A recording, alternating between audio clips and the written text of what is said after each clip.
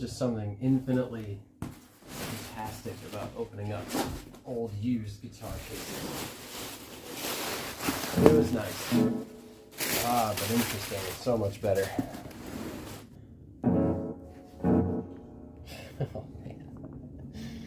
Oh man.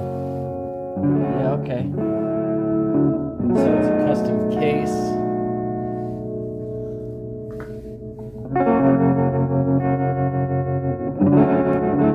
Definitely would send it out. Somebody did a good job.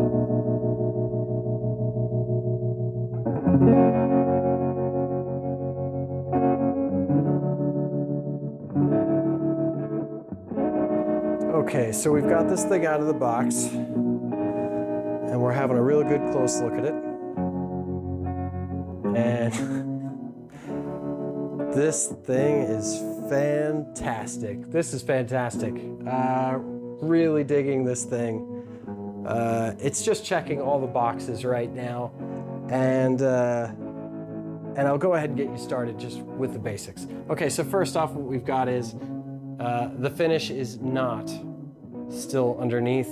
The original finish definitely appears to have been stripped off, and it's pretty hard to tell what color it used to be. I'm seeing flecks of yellow in the grain of the wood.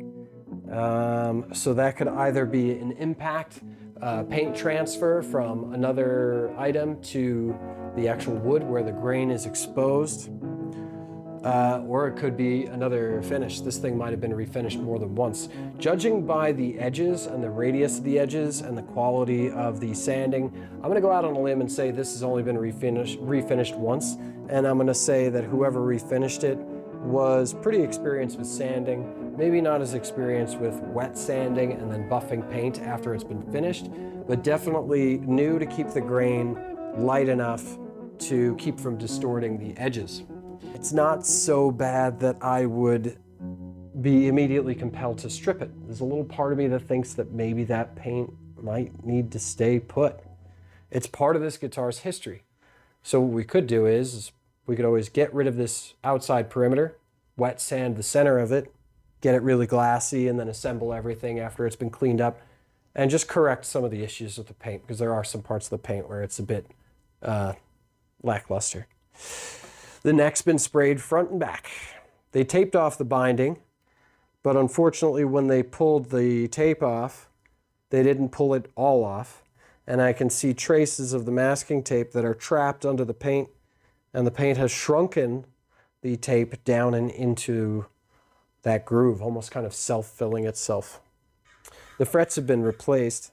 I can see that there is chipping underneath the 10th and 9th fret where they used fret puller pliers instead of knocking the frets out through the side of the fretboard. The only thing is that they should have knocked them out the side, but they probably didn't because the binding on this guitar would not have survived. There was already cracking probably happening, and they were probably being mindful of that. Whenever the frets were done, they were done, and then this guitar was almost immediately shelved. There is a lot of material left on these frets. The tuners are wrong. That's interesting. This is a 65. It should be wearing inlines, but instead we see the tuners that became more prevalent on Fender's lineup after 1968. They are original. There is paint that has fallen over the binding. It does appear that they painted the heel of the neck. That's concerning. Now, I know that this is a vintage Fender neck just by looking at it. I've had enough Fenders where I'm pretty familiar with them. And you can see the way it fits in the body.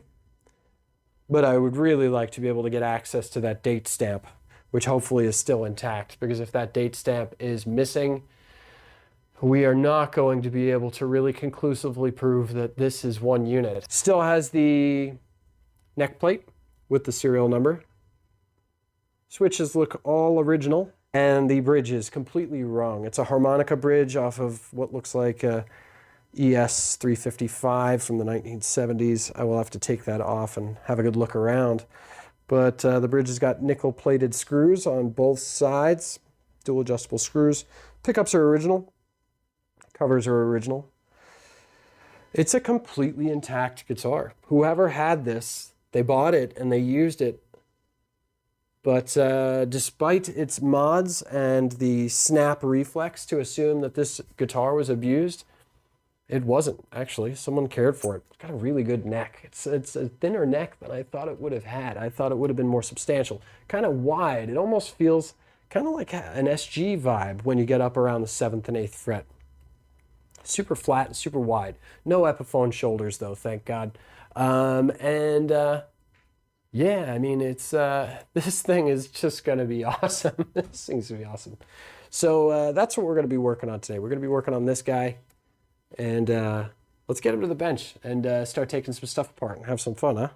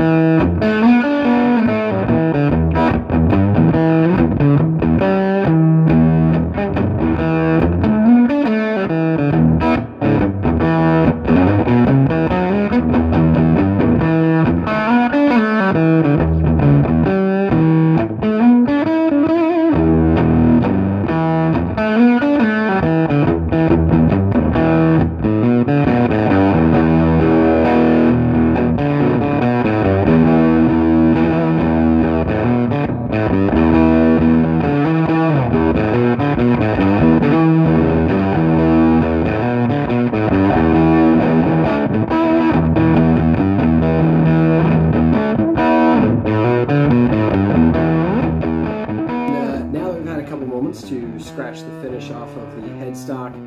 Unfortunately, the laminate is gone, and now that I'm looking at it up close, the sharpness of this edge is a pretty big tell. This would always be slightly rounded off, and this one would be slightly rounded off, and I suspect what had happened was when this guitar was refinished, that despite the fact that whoever painted it was maybe not quite so comfortable with masking tape, that they were definitely comfortable with either a planer or an orbital sander.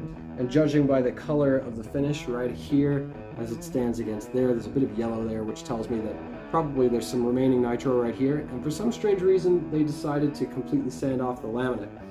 And this is kind of odd.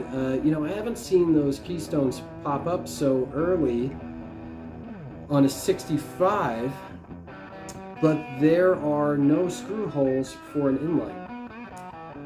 This was shipped with these sealed F-back tuners, and these are the original tuners.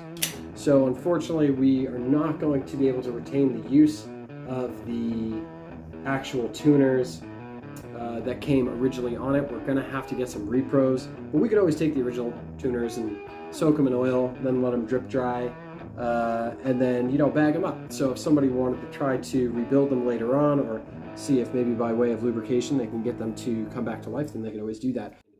The good news is that the date stamp is still there. Not only is the date stamp still there, but something tells me that this guitar has been apart since the owner that painted it, because someone has deliberately gone out of their way to, using a knife, I wager, because I can see the marks, scratch off the paint to prevent it from you know, getting any further into it.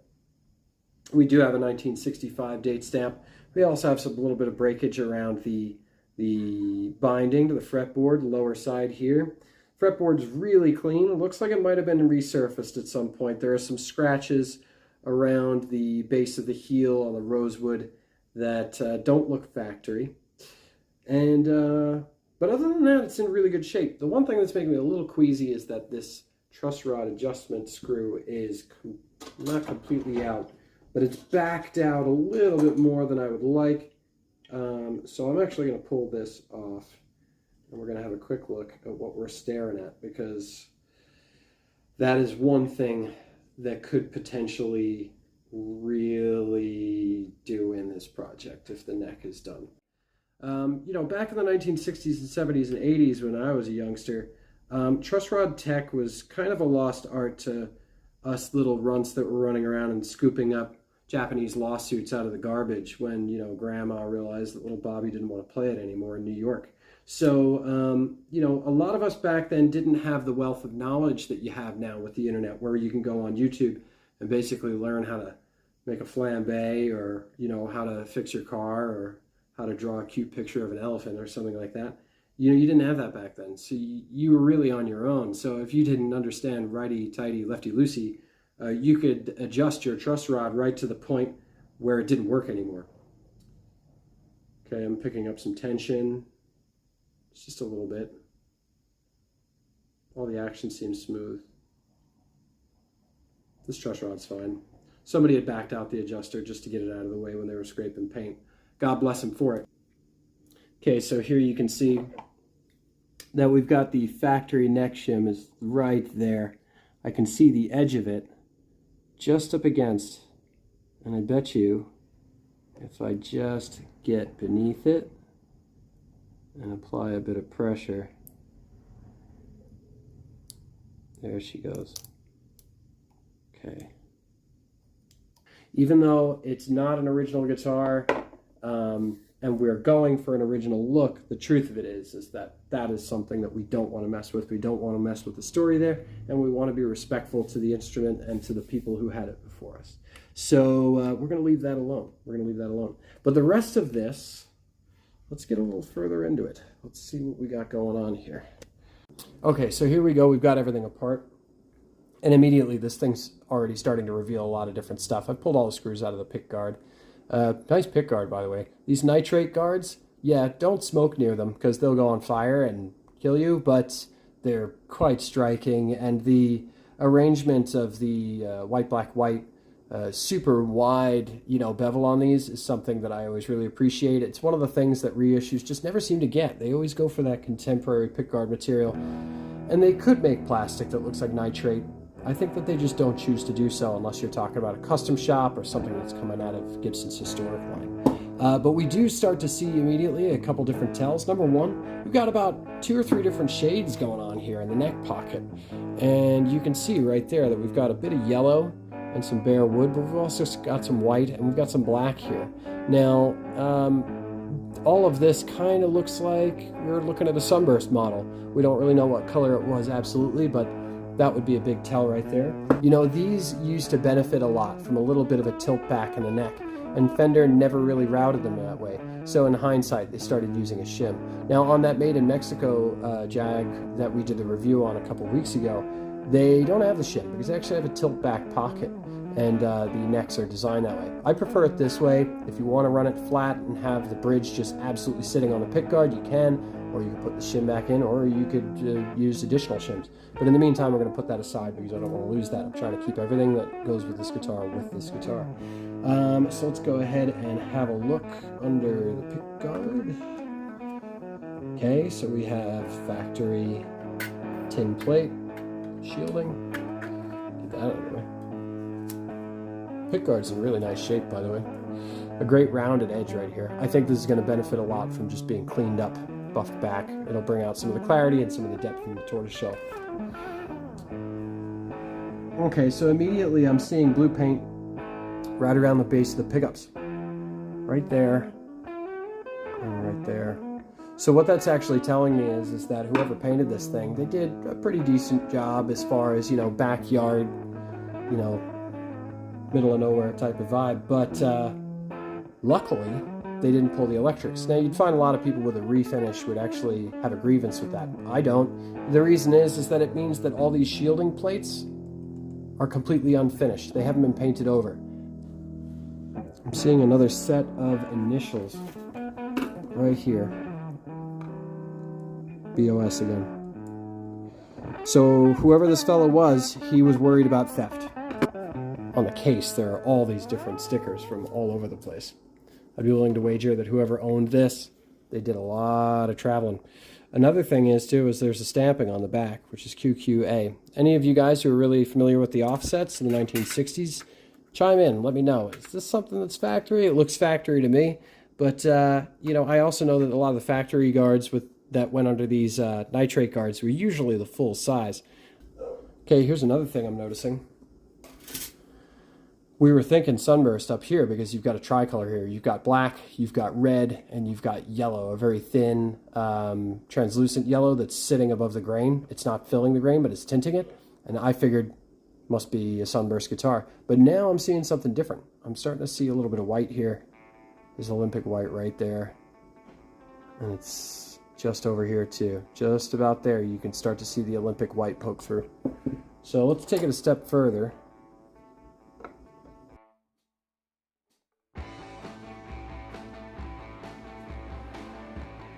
Yep. Okay. Now it's coming together. Okay, so we've got traces of white right here. Luckily enough, whoever painted this thing, they really went out of their way to not deal with any of that. This thing has been all over the joint. So we want to keep that in there. But also, we want to be respectful to the family that we purchased it from. You know, this was practically a member of their household for a while.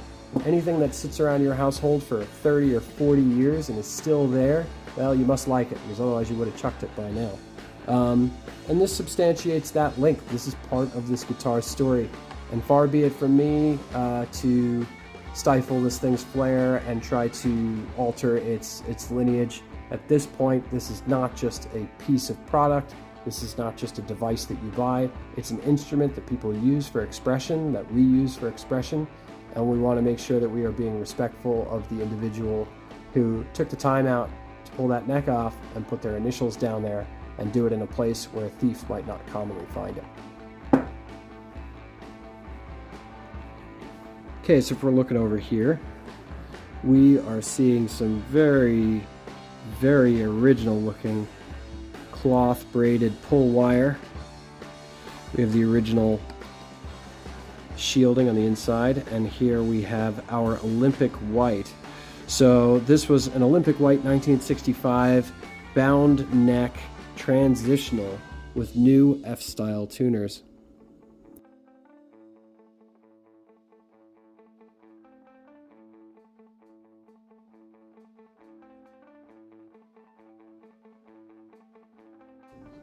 Let's have a look. It's actually pretty clean looking. Once again, we see bare wood. Somebody got at this with paint stripper. And again, you can see it right there. There's your Olympic white.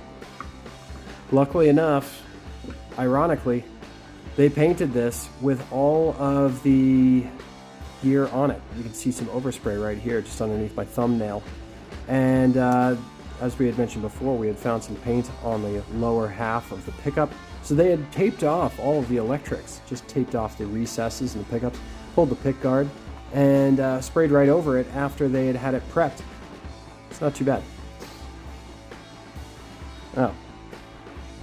Well, there it is. Bam, bam, we got a winner. Winner, winner, chicken dinner. Right here, the previous seller had mentioned that the guitar was not functioning. Yeah, that'll do it. Ground strap's right off. There's absolutely no ground connected to this plate. None of these switches are grounding properly. That'd break the circuit for sure. So there's that. That's not bad, actually. But I need your guys' help with this one. The reason is this thing is unusual. It's not the typical stuff that we are working on. So I guess my question is, what would you guys like to see this thing become? Because obviously it's been around the block and it's had its fair share of fun. But it definitely needs some attention, so we're going to give it some attention. It tells me that somebody in the mid-1970s really wanted a different look for this.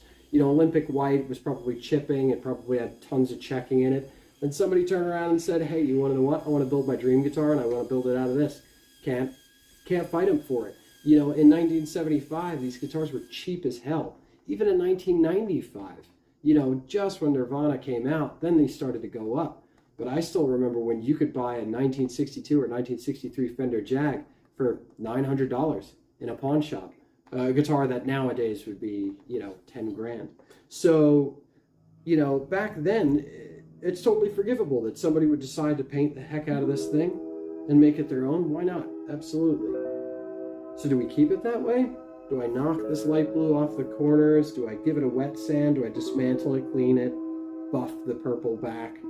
The dark blue back so that it's got that pop again, and then just get the neck to look factory? Or do we go all out and totally gut this thing? I mean, pull it apart and, you know, clean every part of it and do a full refinish. Could do Dakota Red, could do Sherwood Green would be kind of cool. Maybe just straight black, you know, just do black or maybe even blonde might be kind of nice. I mean, it started off as Olympic white. Translucent blonde isn't too far off, so that's not a bad idea either. Anyway, I'm really curious to get your guys' input, so go ahead and drop it down into the comments section. I really hope you enjoyed this video. This is just kind of a fact-finding mission. It's obvious that this guitar has an in-depth story. I love that the previous owner was on Reverb and was kind enough to tip his hand and tell me where exactly this came from. It was his since 1996. He had not played it for years. It was given to him by his dad, who had actually bought it in 1980. I'd be willing to wager he probably bought it off of the original owner. I don't know if Dad did all the mods on this in the early 1980s, or if it was done before, but given the proliferation of glam rock in the mid-1970s, and the monumental international arrival of Bowie from whatever planet he was really from, I could totally see a teenager taking this thing and just glamming it up. it looks cool. I really like it. So, what are we going to do with this thing? Are we going to change the color? Are we going back to Olympic white? Maybe to be respectful of the family that had it, maybe we should stick with the blue. You know, we could change it slightly or give it a blue that, like a Lake Placid blue, something that would have been in the Fender lineup. So put your comments down in the comment section and let me know how you think this thing should go. We'll just kind of go from there. Because to tell you the truth, I'm not particularly partial. I just want to see it look good. And that's all there is to it. Hey, I hope you guys enjoyed the video. If you haven't subscribed yet, please do. Not only just because you can follow up on this, but you also get to check out a lot of really fun reviews that we've got coming up. I hope you guys liked it. Don't forget to hit like and subscribe. You know, doesn't cost you anything, and it certainly helps me, and I certainly appreciate it a great deal. So have a beautiful afternoon. Love your afternoon. In the words of Free Guy, don't have a good one, have a great one. And, you know, we'll see you when we start really taking this thing apart and making some things work. See you guys.